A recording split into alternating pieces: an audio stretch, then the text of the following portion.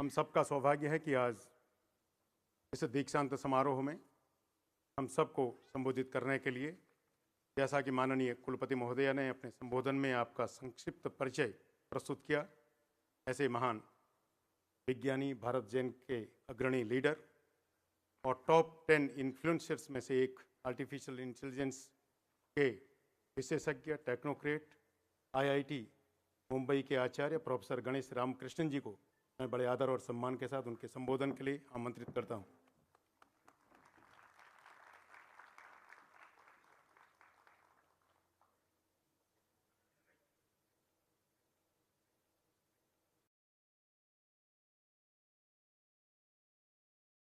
Governor of the state of Uttarakhand, Dr. Dhan Singh Rawat ji, the Honorable Minister of Higher Education, Professor Sureka Dangwal ji, the Honorable Vice Chancellor of Doon University, esteemed members of the Executive Council, Academic Council and the Court of Doon University, faculty members, the very, very proud parents, and most importantly, the graduating students of Doon University.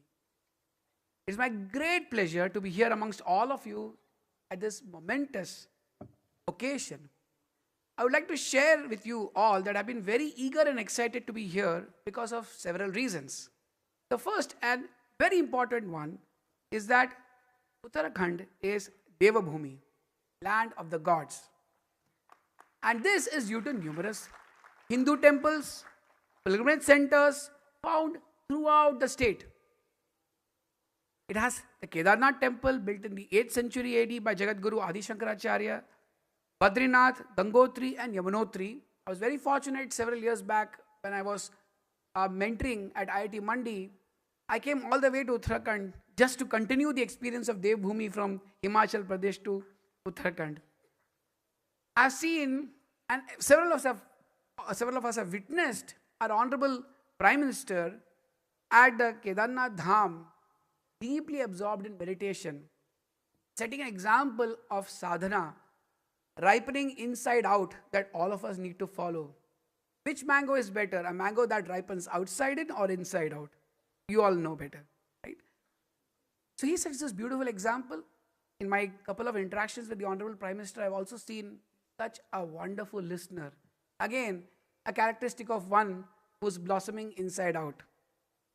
The second reason was that I was really inspired by our leader, veteran leader of Indian Army, none other than Honorable Governor Lieutenant General Gurmeet Singh Ji, who is the constitutional head of Uttarakhand, a Himalayan state that shares its border with Nepal and China. Again, he is an amazing listener. So, day before yesterday, as our Honorable Vice Chancellor Madam explained, he was engrossed in listening, setting a great example of what a student should be. In fact, in Sanskrit, we have actually the same root for both learning and teaching, Adhyayan, Adhyapan. Unlike English, where learning and teaching are very different, here Adhyayan, Adhyapan are very closely connected because you are a lifelong student. And thank you, sir, for setting such a wonderful example, teaching us by your example. The third reason is that Professor Sureka Dangwal, who's leading Doon University and is actually well known at the national level for amazing contributions. For example, drafting the Uniform Civil Code, which has been implemented so far only in Uttarakhand. Again, my heartiest congratulations to the Uttarakhand government and to our Vice Chancellor Madam for helping instrument this so wonderfully.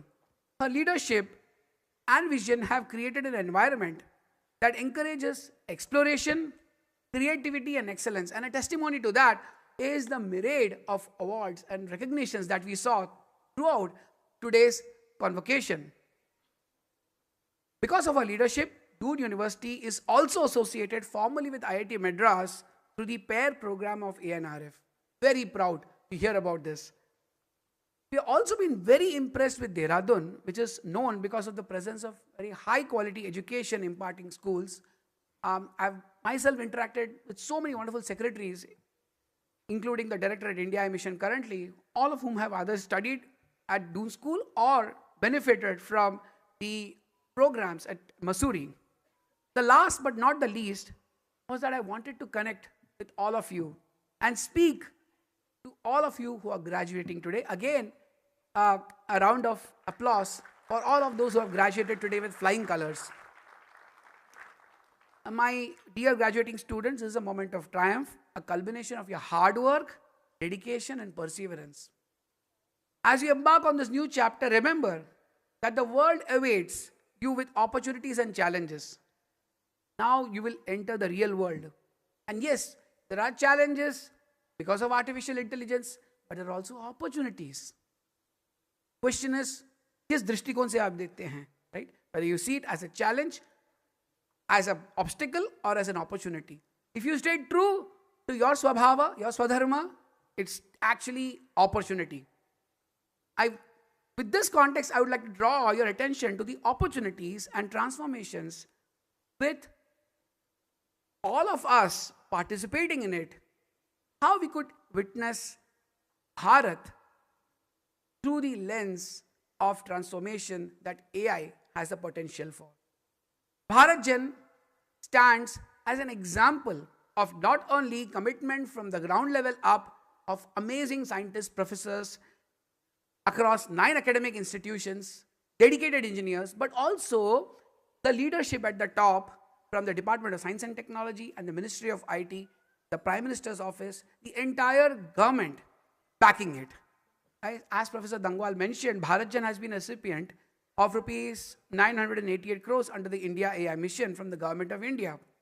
So during the next 10 to 15 minutes, I'll focus on the imperative of sovereign AI for securing India's future through the BharatGen ecosystem.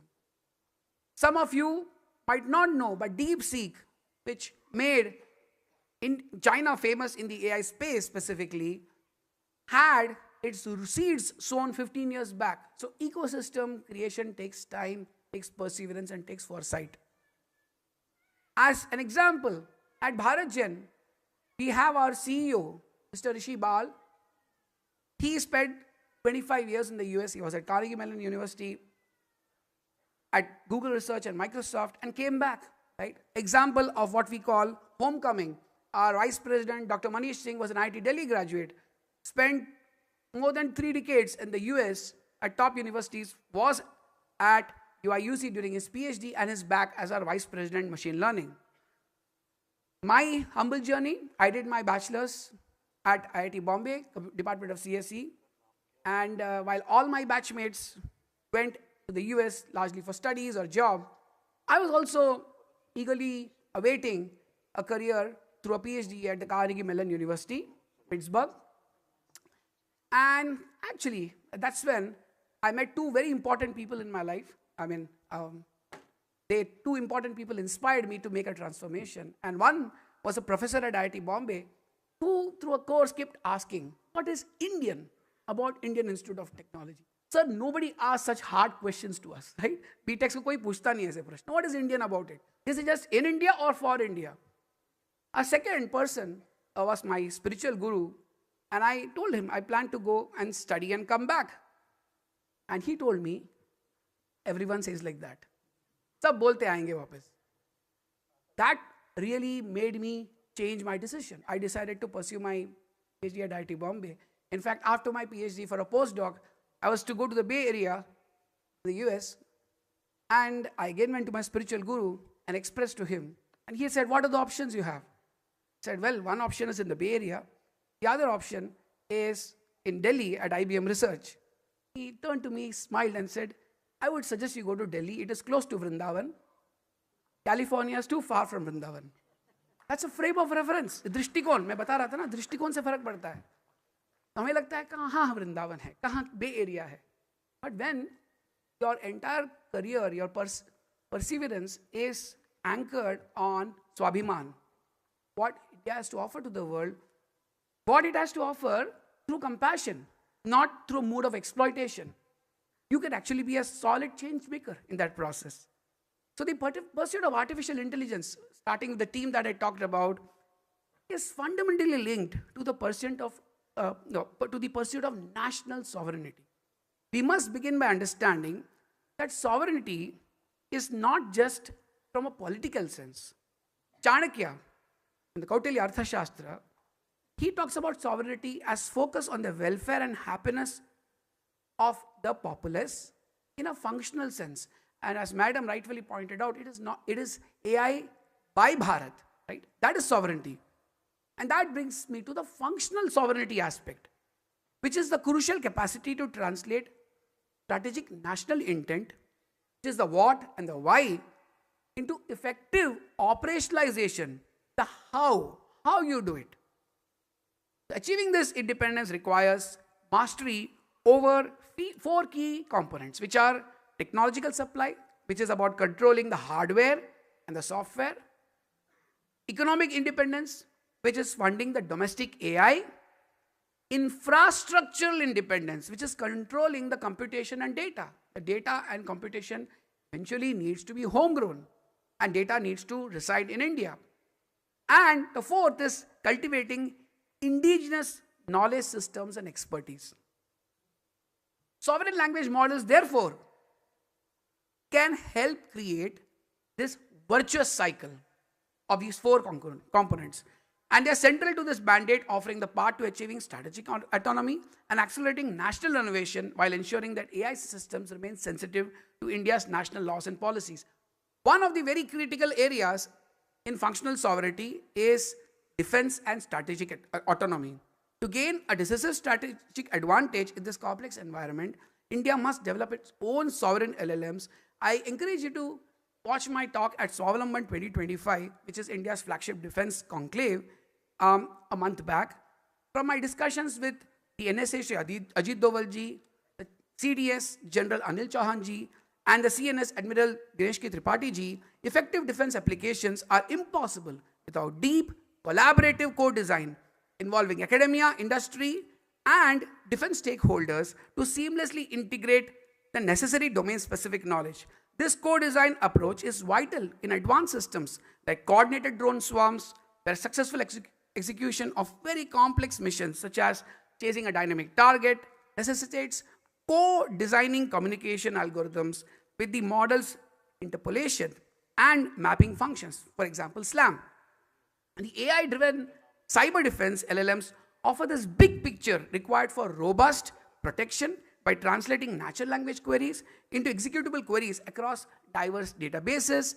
India has already demonstrated success in this area, including our work on development and deployment of award-winning intelligent camera systems in collaboration with several naval dockyards in the past.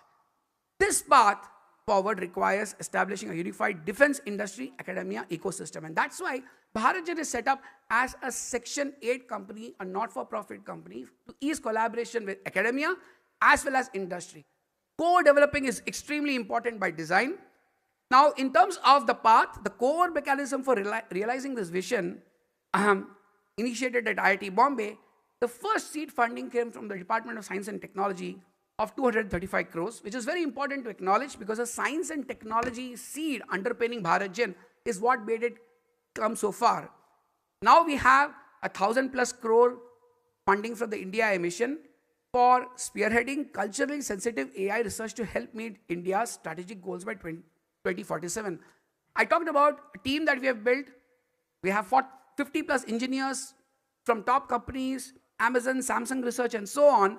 But we also developed the capability to train on thousands of GPUs and now touching 8,000 GPUs. We helped boost the ecosystem by working with India data centers, work with Indian vendors for data as well.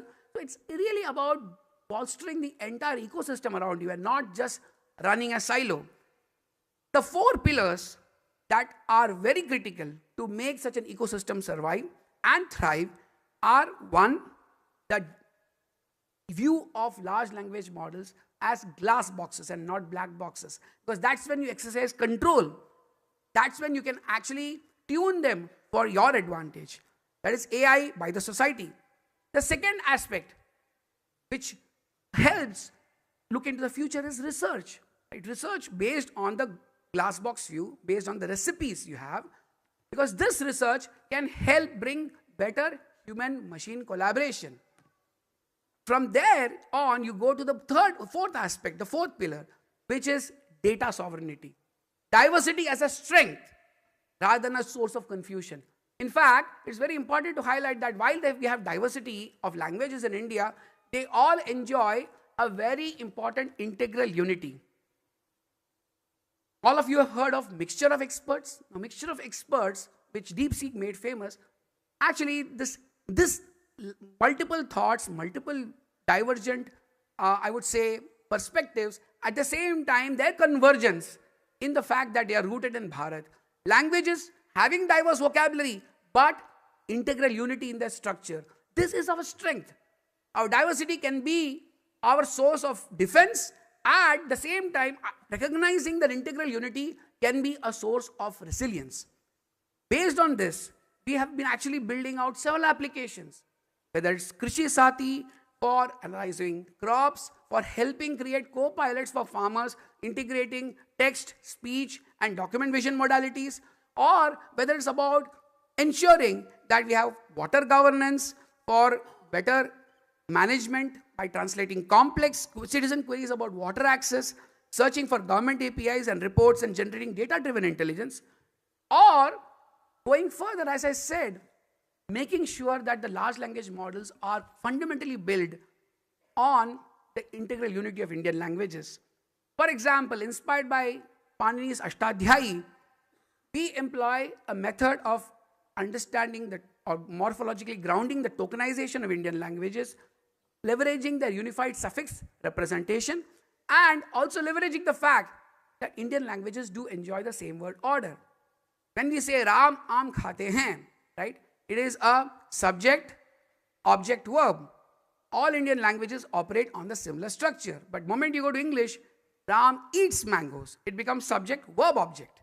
Right? So this difference is very important for us to also acknowledge so that we can leverage our integral unity.